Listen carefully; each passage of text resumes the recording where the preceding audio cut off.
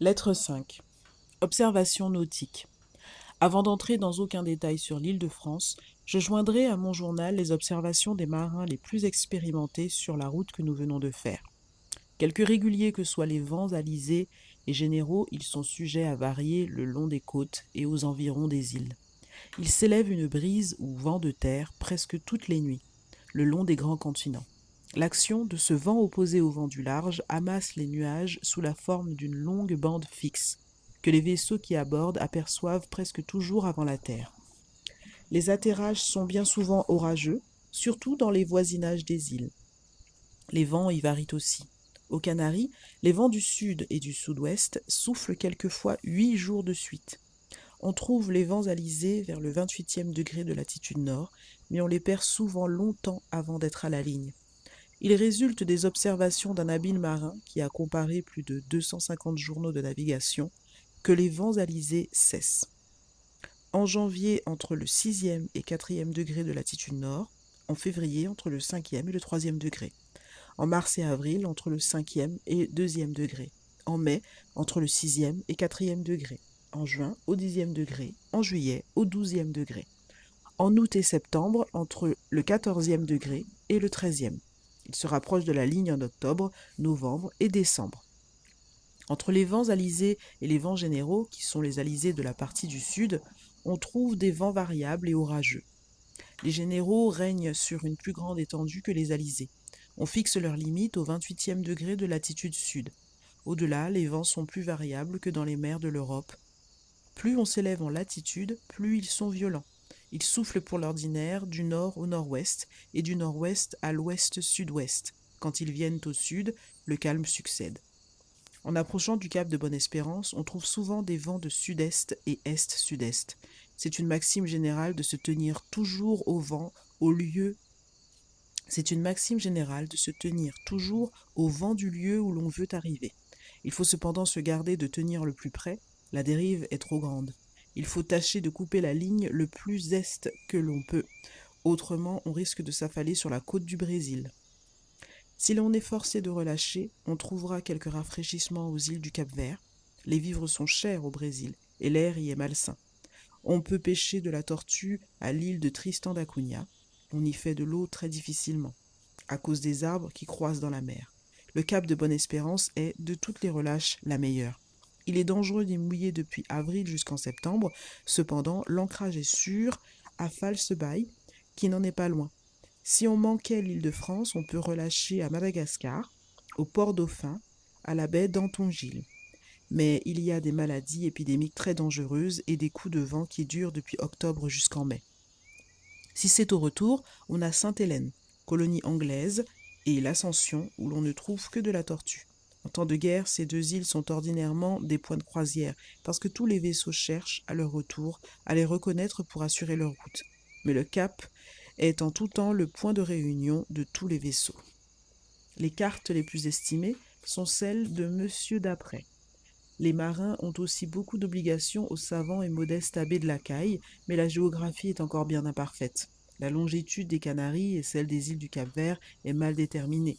Entre le Cap Blanc et le Cap-Vert, la carte marque 39 lieues d'enfoncement, quoiqu'il y en ait à peine 20. On soupçonne un haut fond au sud de la ligne par les 20 minutes de latitude et par les 23 degrés 10 minutes de longitude occidentale.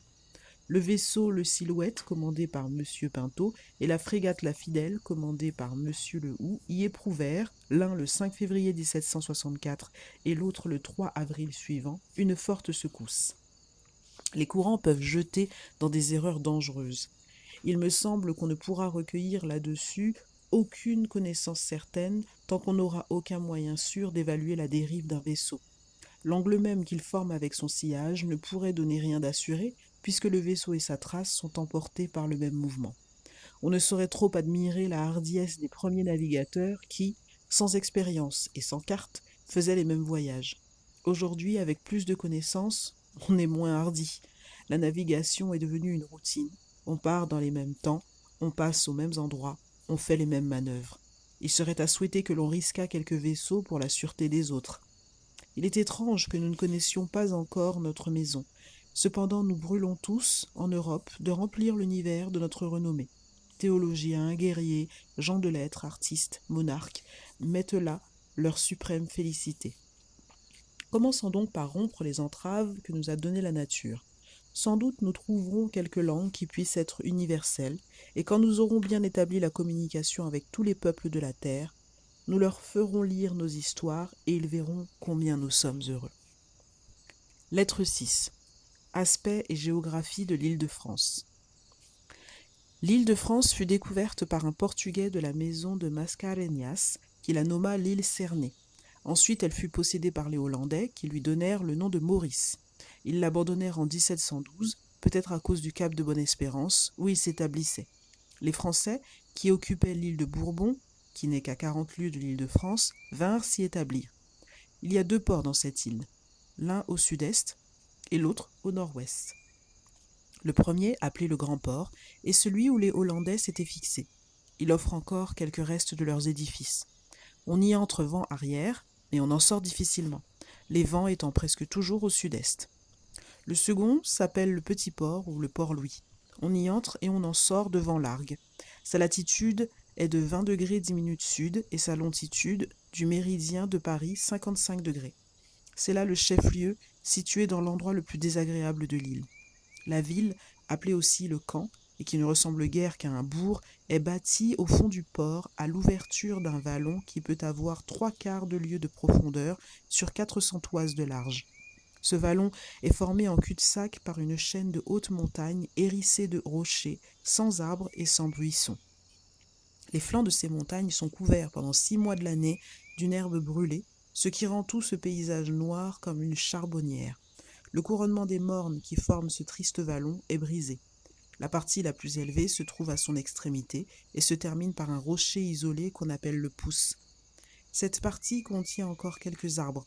Il en sort un ruisseau qui traverse la ville et dont l'eau n'est pas bonne à boire. Quant à la ville ou camp, elle est formée de maisons de bois qui n'ont qu'un rez-de-chaussée. Chaque maison est isolée et entourée de palissades. Les rues sont assez bien alignées, mais elles ne sont ni lavées ni plantées d'arbres. Partout, le sol est couvert et hérissé de rochers, de sorte qu'on ne peut faire un pas sans risquer de se casser le cou. Elle n'a ni enceinte ni fortification. Il y a seulement sur la gauche, en regardant la mer, un mauvais retranchement en pierre sèche, qui prend depuis la montagne jusqu'au port. De ce même côté est le fort Blanc, qui en défend l'entrée. De l'autre côté, vis-à-vis, est une batterie sur l'île aux Tonneliers. Suivant les mesures de la baie de la Caille, l'île de France a 90 668 toises de circuit, son plus grand diamètre à 31 890 toises du nord au sud, et 22 124 est et ouest. Sa surface est de 432 680 arpents, à 100 perches l'arpent et à 20 pieds la perche. La partie du nord-ouest de l'île est sensiblement unie et celle du sud-est, toute couverte de chaînes de montagnes de 300 à 350 toises de hauteur. La plus haute de toutes a 424 toises et est à l'embouchure de la rivière Noire. La plus remarquable, appelée Peter Booth, est de 420 toises. Elle est terminée par un obélisque surmonté d'un gros rocher cubique sur lequel personne n'a jamais pu monter. De loin, cette pyramide et ce chapiteau ressemblent à la statue d'une femme. L'île est arrosée de plus de 60 ruisseaux, dont quelques-uns n'ont point d'eau dans la saison sèche, surtout depuis qu'on a abattu beaucoup de bois. L'intérieur de l'île est rempli d'étangs. Il y pleut presque toute l'année parce que les nuages s'arrêtent au sommet des montagnes et aux forêts dont elles sont couvertes. Je ne puis vous donner de connaissances plus étendues d'un pays où j'arrive. Je compte passer quelques jours à la campagne et je tâcherai de vous décrire ce qui concerne le sol de cette île avant de vous parler de ses habitants. Au port Louis, ce 6 août 1768. Lettre 7. Du sol et des productions naturelles de l'île de France, herbes et arbrisseaux. Tout ici diffère de l'Europe jusqu'à l'herbe du pays. À commencer par le sol, il est presque partout d'une couleur rougeâtre. Il est mêlé de mines de fer qui se trouvent souvent à la surface de la terre en forme de grains de la grosseur d'un pois. Dans les sécheresses, la terre est extrêmement dure, surtout aux environs de la ville. Elle ressemble à de la glaise, et pour y faire des tranchées, je l'ai vue couper comme du plomb avec des haches. Lorsqu'il pleut, elle devient gluante et tenace. Cependant, jusqu'ici, on a pu parvenir à en faire de bonnes briques. Il n'y a point de véritable sable. Celui qu'on trouve sur le bord de la mer est formé des débris de madrépores et de coquilles. Il se calcine au feu. La terre est couverte partout de rochers depuis la grosseur du poing jusqu'à celle d'un tonneau. Ils sont remplis de trous au fond desquels on remarque un enfoncement de la forme d'une lentille. Beaucoup de ces rochers sont formés de couches concentriques en forme de rognon. On en trouve de grandes masses réunies ensemble. D'autres sont brisées et paraissent s'être rejoints. L'île est en quelque sorte pavée de ces rochers. Les montagnes en sont formées par grands bancs dont les couches sont obliques à l'horizon, quoique parallèles entre elles. Elles sont de couleur gris de fer, se vitrifient au feu et contiennent beaucoup de mines de fer. J'ai vu à la fonte sortir de quelques éclats des grains d'un très beau cuivre, du plomb, mais en fort petite quantité. C'était un feu de forge. Les essais de ce genre ne sont pas encourageants. Le minéral paraît trop divisé. Dans les fragments de ces pierres, on trouve de petites cavités cristallisées, dont quelques-unes renferment un duvet blanc très fin. Je connais 3 espèces d'herbes, ou gramènes, naturelles au pays. Le long du rivage de la mer, on trouve une espèce de gazon croissant par couches épaisses et élastiques. Sa feuille est très fine et si pointue qu'elle pique à travers les habits. Les bestiaux n'en veulent point. Dans la partie la plus chaude de l'île, les pâturages sont formés d'une espèce de chien-dent qui trace beaucoup et pousse de petits rameaux de ses articulations. Cette herbe est fort dure, elle plaît assez aux bœufs quand elle n'est pas sèche. La meilleure herbe vient des endroits frais et au vent de l'île. C'est un gramen à larges feuilles qui est vert et tendre toute l'année. Les autres espèces d'herbes et d'arbrisseaux connus sont une herbe qui donne pour fruit une gousse remplie d'une espèce de soie dont on pourrait tirer parti, une espèce d'asperge épineuse qui s'élève à plus de 12 pieds en s'accrochant aux arbres à la manière des ronces. On ignore si elle est bonne à manger. Une espèce de mauve à petites feuilles, elle croît dans les cours et le long des chemins. On y trouve aussi une espèce de petit chardon à fleurs jaunes dont les graines font mourir la volaille. Une plante semblable au lys qui porte de longues feuilles, elle croît dans les marais et porte une fleur odorante. Sur les murs et au bord des chemins, on trouve des touffes d'une plante dont la fleur est semblable à celle de la giroflée rouge simple. Son odeur est mauvaise. Elle a cela de singulier qu'il ne fleurit à chaque branche qu'une fleur à la fois. Au bas des montagnes voisines de la ville, croît un basilic vivace dont l'odeur tient de celle du girofle. Sa tige est ligneuse, c'est un bon vulnéraire. Les raquettes, dont on fait des baies très dangereuses, portent une fleur jaune marbrée de rouge. Cette plante est hérissée d'épines fort aiguës qui croissent sur les feuilles et les fruits. Ces feuilles sont épaisses, on ne fait point usage des fruits, dont le goût est acide. Le veloutier croît sur le sable, le long de la mer. Ses branches sont garnies d'un duvet semblable au velours. Ses feuilles sont semées de poils brillants. Il porte des grappes de fleurs. Cet arbrisseau exhale dans l'éloignement une odeur agréable qui se perd lorsqu'on en approche et de très près est rebutante.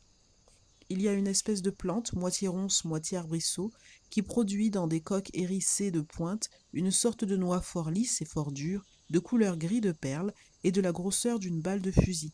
Son amande est fort amère. Les Noirs s'en servent contre les maladies vénériennes.